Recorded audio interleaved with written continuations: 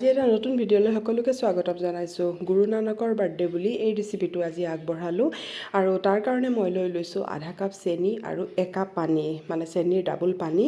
আৰু ইয়াত মই ডালচিনি আৰু অলপ লং দুটামান, এলাচি দুটামান দি দিছোঁ। দি পেলাই চেনিখিনি মেল্ট হোৱালৈকে, এয়া চাওক চেনিখিনি মেল্ট হৈ গ'ল, সেই তেতিয়াই মই নমাই দিম। এইখিনি কোনো আঠা হ'বৰ দৰকাৰ নাই, সেই সময়তে নমাই দিম। আজি মই বনাবলৈ লৈছোঁ কাৰা প্ৰসাদ, গুৰু নানকত বাৰ্থডেত বনাই, আৰু এইটো আটাৰ হালোৱা হয়। তাৰ কাৰণে মই লৈছোঁ আধা কাপ ঘিউ আৰু মই বাদাম কেইটামান লৈছোঁ। ইয়াত তেনেকৈ কোনো ড্ৰাই ফ্ৰুটছ ব্যৱহাৰ কৰা নহয়, কিন্তু মই এনেই কেইটামান গাৰ্নিচিঙৰ কাৰণে মই কৰিছোঁ। আৰু ইয়াত মই হেৰিখিনি গৰম হোৱাৰ পিছত, ঘিউখিনি গৰম হোৱাৰ পিছত, তাৰপিছত মই লৈছোঁ ৰঙা আটা। আমি ঘৰত খোৱা যিকোনো আটা আপোনালোকে ব্যৱহাৰ কৰিব পাৰে, এইটো আটাৰেহে বনায়। আৰু মোৰ ওচৰত ৰঙা আটা আছিলে, এইকাৰণে মই ৰঙা আটাৰেই বনাইছোঁ। আৰু এইখিনি খুব ধৈৰ্য সহকাৰে কমেও 20 মিনিটমান লাগি যাব ভাজোঁতে। প্ৰথমে গেছটো একেবাৰে ফ্লেমটো ল' কৰি পেলাই ভাজিব।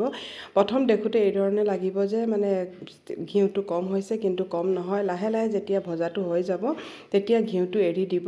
আৰু চাওকচোন, এইখিনি পূৰা ঘিউটো এৰিছে আৰু পূৰা লিকুইড ফৰ্মত আহি গৈছেগৈ। আৰু এইখিনি পূৰা মানে ভাজা হোৱাৰ পিছত, তাৰপিছত মানে পূৰা ভালকৈ ভজা যেতিয়া হৈ যাব, সেই সময়ত যিখিনি চেনি পানী আমি থৈছিলোঁ, সেই চেনি পানীখিনি মানে অলপ অলপকৈ দিব, কাৰণ হাতত লাগিব পাৰে, অলপ অলপকৈ দিব। কিন্তু ইয়াৰ ৰেচিঅ'টো হৈছে, যদি একাপ আটা লৈছে আৰু একাপ চেনি ল'ব লাগিব, আৰু 2 কাপ পানী ল'ব লাগিব, আৰু একাপ ঘিউ ল'ব লাগিব। সেইটোৱে ইয়াৰ ৰেচিঅ' হয়। কিন্তু মই আজি আধা কাপৰে বনাইছোঁ, এইকাৰণে আধা কাপ আটা লৈছোঁ, আধা কাপ চেনি লৈছোঁ, আৰু আধা কাপ ঘিউ লৈছোঁ, আৰু একাপ পানী লৈছোঁ।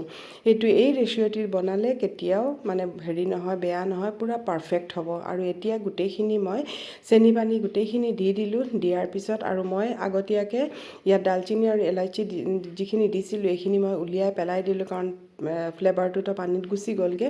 আৰু এতিয়া চাওক কি ধুনীয়াকৈ এইখিনি পূৰা হেৰি হৈ গৈছে, পূৰা পাৰফেক্ট, মানে ঘিউ গোটেইখিনি পাৰফেক্ট হৈছে, খুব ধুনীয়া হৈছে।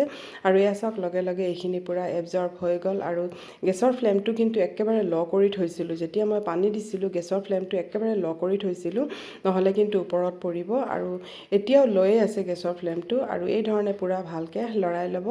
আৰু তাৰপিছত গেছটো বন্ধ কৰি 5 মিনিটৰ কাৰণে মই এই ধৰণে অলপ ঢাকি থৈ দিছোঁ, অলপ ৰেষ্ট দিছোঁ। তাৰপিছত এতিয়া মই ছাৰ্ভ কৰিম। কেনেকুৱা লাগিছে? যদি ভাল লাগিছে তেতিয়াহ'লে লাইক কৰিব আৰু এটা শ্বেয়াৰ কৰি দিব।